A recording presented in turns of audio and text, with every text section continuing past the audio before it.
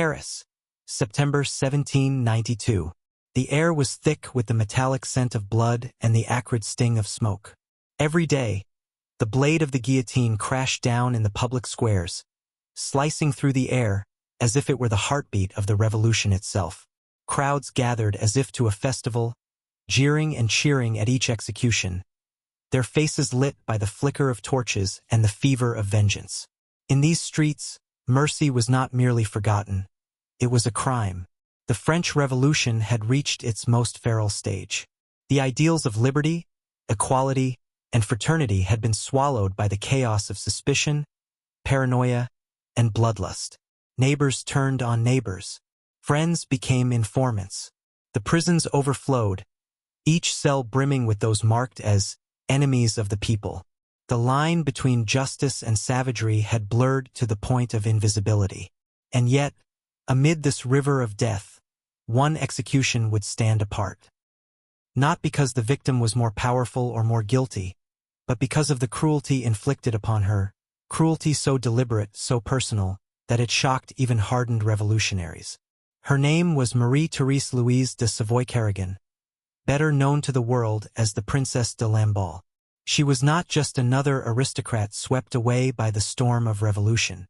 She was the closest and dearest friend of Queen Marie Antoinette, a woman whose loyalty would prove unshakable even in the face of certain death. In life, she had been a gentle and graceful figure, a presence of quiet dignity in the turbulent world of the French court. In death, she would be transformed into a symbol of both the revolution's boundless cruelty and the enduring power of friendship. The mob would not be content with simply killing her.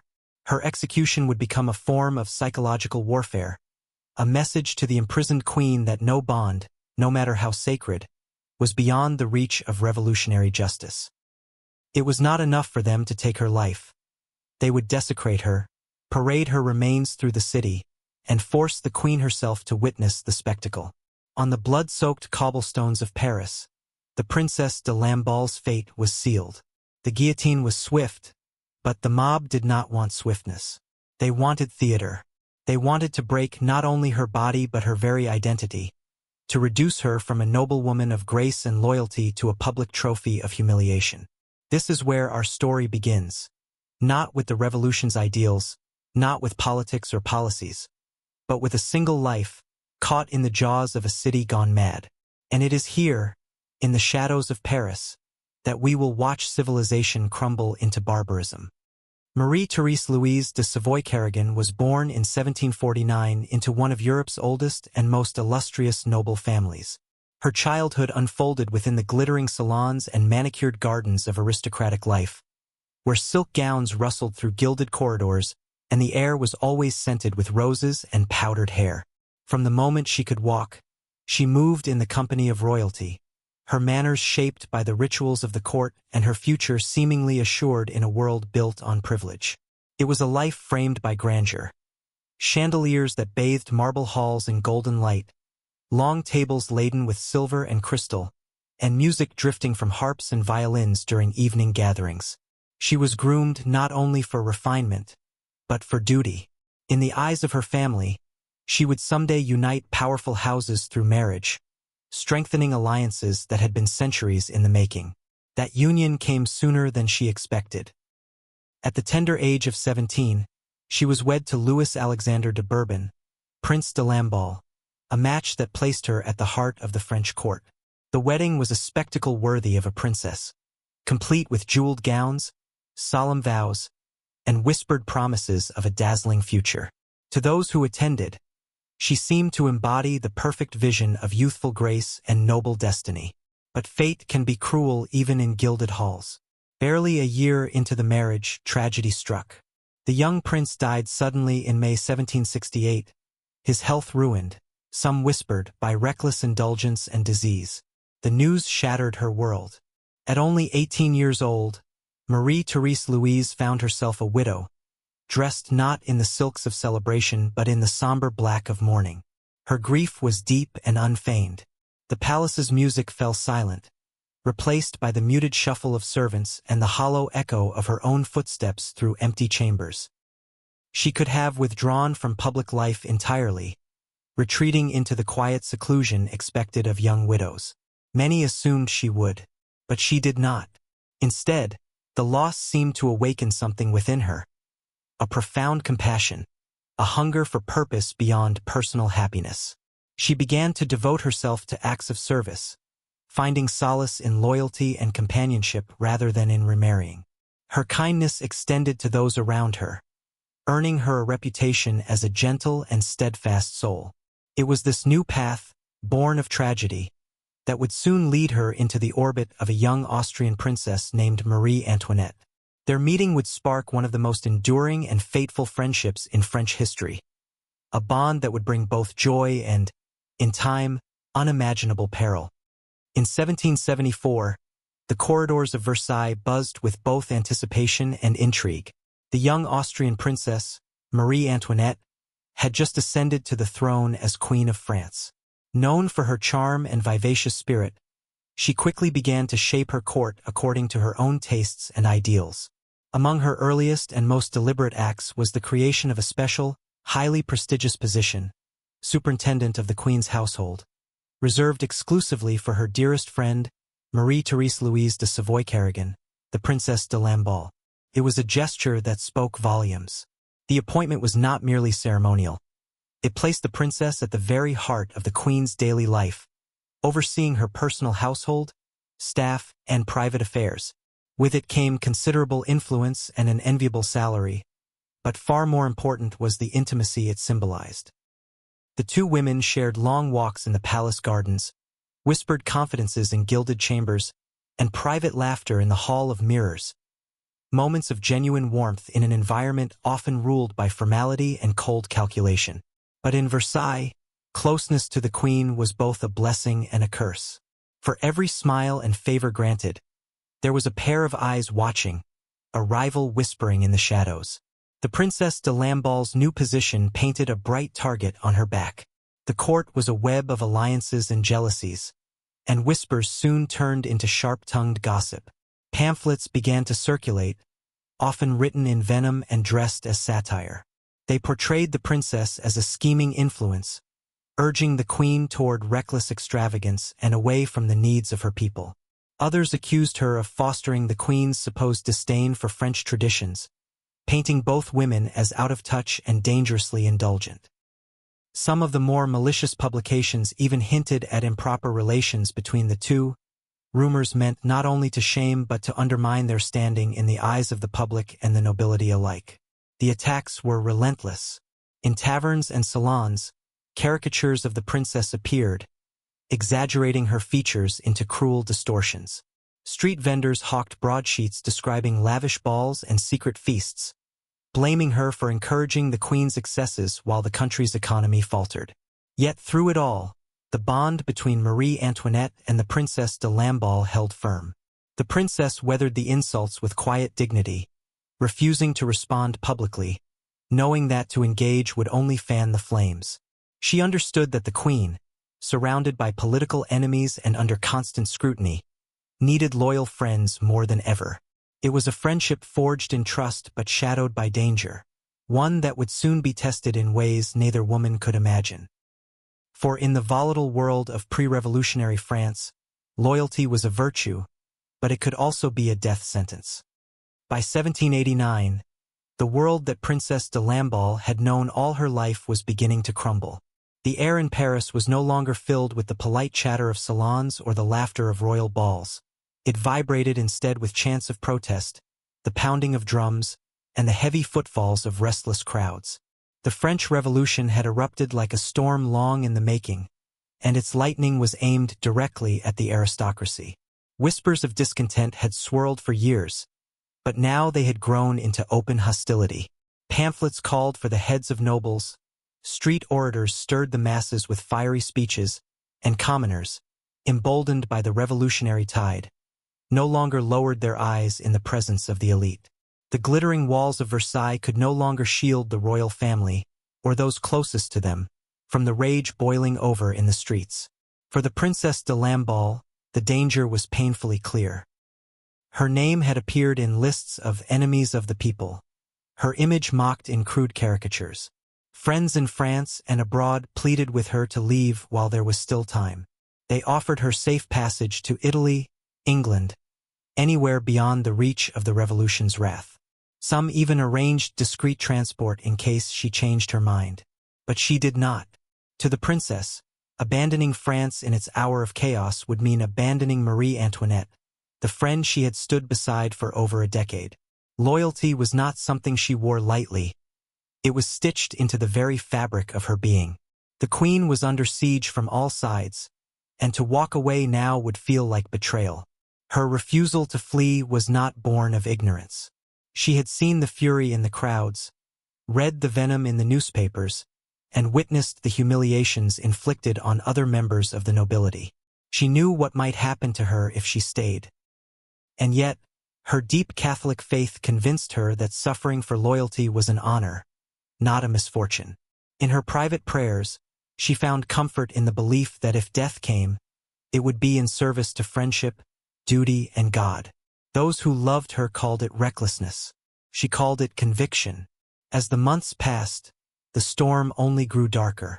The revolution had entered a phase where reason was drowned out by fear and vengeance. The princess understood that the day might soon come when she would be forced to stand before her accusers. But she also knew this. She would meet that day with her head held high, her loyalty unbroken. In the end, she was not just staying for the queen. She was staying for the principles she refused to abandon, even at the cost of her life. On August 19, 1792, the world of Princess de Lamballe narrowed to the cold, iron gates of law force prison. Once accustomed to gilded chambers and the soft murmur of courtly life, she now stepped into a place thick with the stench of unwashed bodies, damp stone, and despair. Her captors showed no regard for her noble title. To them, she was not a friend of the queen. She was an enemy of the people. La Force was notorious, a holding pen for common criminals, debtors, and now, political prisoners awaiting trial or execution. The cells were cramped and filthy, the straw bedding matted with lice, the air choked with smoke from the torches. Food came in the form of stale bread and thin broth, served irregularly, sometimes withheld entirely as a form of punishment. The guards treated her with deliberate cruelty, mocking her title, spitting insults, and occasionally shoving her to remind her of her place. But the harshest weapon they wielded was psychological. Time and again, she was summoned to answer questions designed to break her loyalty. They demanded she sign a declaration condemning Queen Marie Antoinette, a statement that would help the revolution justify its charges against the monarchy. If she would only denounce her friend, they hinted, her life might be spared. She refused every time. Her defiance puzzled some of her captors and infuriated others. To them, it was foolishness. To her, it was the only path her conscience could allow. She knew the cost of such a choice, but she also knew that abandoning the queen would be a betrayal she could never forgive herself for. In the dim light of her cell, she clung to her Catholic faith as if it were a lifeline. She prayed in whispers, not only for her own safety, but for the queen, the royal family, and even for the souls of those who tormented her. Other prisoners noticed her calm dignity. Some took courage from it, others saw it as a quiet provocation against the revolutionary cause. Weeks passed in this rhythm of deprivation and defiance. Rumors from outside filtered in, the September Massacres loomed, and Paris was drowning in bloodlust. The guards seemed more agitated, their taunts more pointed. It was as if they were waiting for something. In their eyes, she had become more than just a prisoner. She was a symbol, a living embodiment of the old order's pride and resistance. And in revolutionary France, symbols were dangerous. The mob would not be content until hers was destroyed. On the morning of September 3, 1792, the air inside La Force prison was electric with menace. Outside, the streets of Paris roared with the fury of the September Massacres, a wave of bloodletting sweeping through the city. Inside, guards moved with grim purpose, their boots echoing along the damp corridors. The Princess de Lamballe, pale but composed, was led from her cell toward what they called a tribunal. It was no court of justice. It was theater, an ugly performance designed to humiliate before destroying. In a dim chamber lit by guttering torches, a crude table stood in place of a judge's bench. Behind it sat a group of self-appointed revolutionaries, their faces flushed with wine and the intoxication of power. They had already decided her fate before she entered the room. The questions came quickly, each one a trap. Do you swear loyalty to the French Republic? Do you renounce the monarchy? Do you condemn Marie Antoinette as an enemy of the people? The princess stood before them, her gown worn from weeks in prison, her hair slightly disheveled, but her bearing unshaken. She answered with a voice calm and clear. I cannot betray my conscience, she said. I will not speak against the queen. I am prepared to accept whatever punishment you deem fit. A ripple moved through the crowd, part disbelief, part rage. They had wanted her to grovel, to beg for her life, to spit upon her dearest friend. Instead, she had met them with quiet defiance. Her refusal was not loud or theatrical, but it struck like a slap across their faces. One of the men slammed his fist onto the table, shouting, "Death to the friend of Antoinette!" Others took up the cry, the chant swelling in the confined space until it felt like the walls themselves trembled. The guards moved in, gripping her arms. She did not resist. To resist would have been to acknowledge their power over her spirit, and that she would never allow. She glanced once toward the doorway, as if to fix the moment in her mind, then lifted her chin and walked where they led her. Her fate had been sealed long before this morning, but in that sham trial, she had chosen how she would meet it, with loyalty intact, her honor unbroken. The mob could strip her of freedom, dignity, even life itself, but they could not force her to betray the friend she had sworn to stand beside until the end. The verdict had been decided long before the words left their mouths. Death to the friend of Antoinette! The mob roared, their voices crashing like waves against the walls of La Force prison. The sound was deafening, a fevered chant fed by hatred and the intoxicating thrill of vengeance. Guards seized Princess de Lamballe by the arms, dragging her into the prison courtyard where the crowd had gathered. Torches blazed, casting flickering light over faces twisted in rage. There was no trial here, no justice, only the ritual of destruction. They wanted more than her death. They wanted to dismantle her dignity piece by piece. Blows rained down on her before the executioner ever raised his blade. She was beaten, kicked, spat upon, her gown torn until the silk hung in shreds. Yet through it all, she did not scream or beg. Witnesses later swore she carried herself with the same poise she had at court, her head held high, her lips pressed in silent defiance. When the blade finally fell, it was not the swift, merciful guillotine.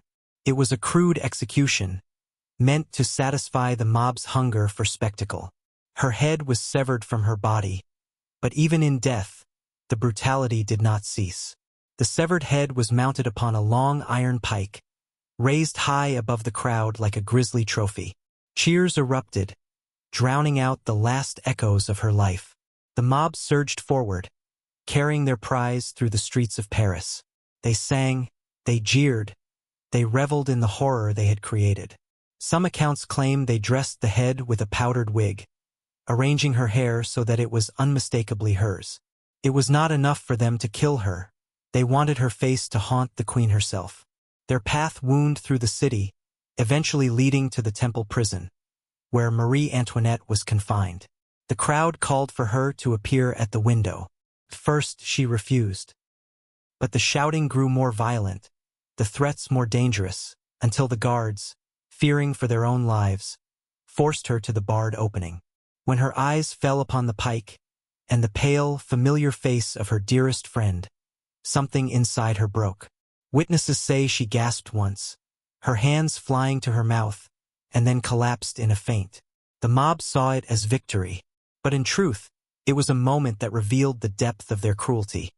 Not only killing a loyal friend, but using her as a weapon to wound another's soul. In that grim procession, Paris displayed not the ideals of a revolution, but the darkest reach of human savagery. The death of Princess de Lamballe reverberated far beyond the streets of Paris. News of her brutal fate spread quickly across Europe, carried in urgent dispatches and whispered through the corridors of royal palaces. Monarchs and ministers alike were horrified, not only by the savagery of the act, but by the calculated cruelty of using her as a weapon against the Queen.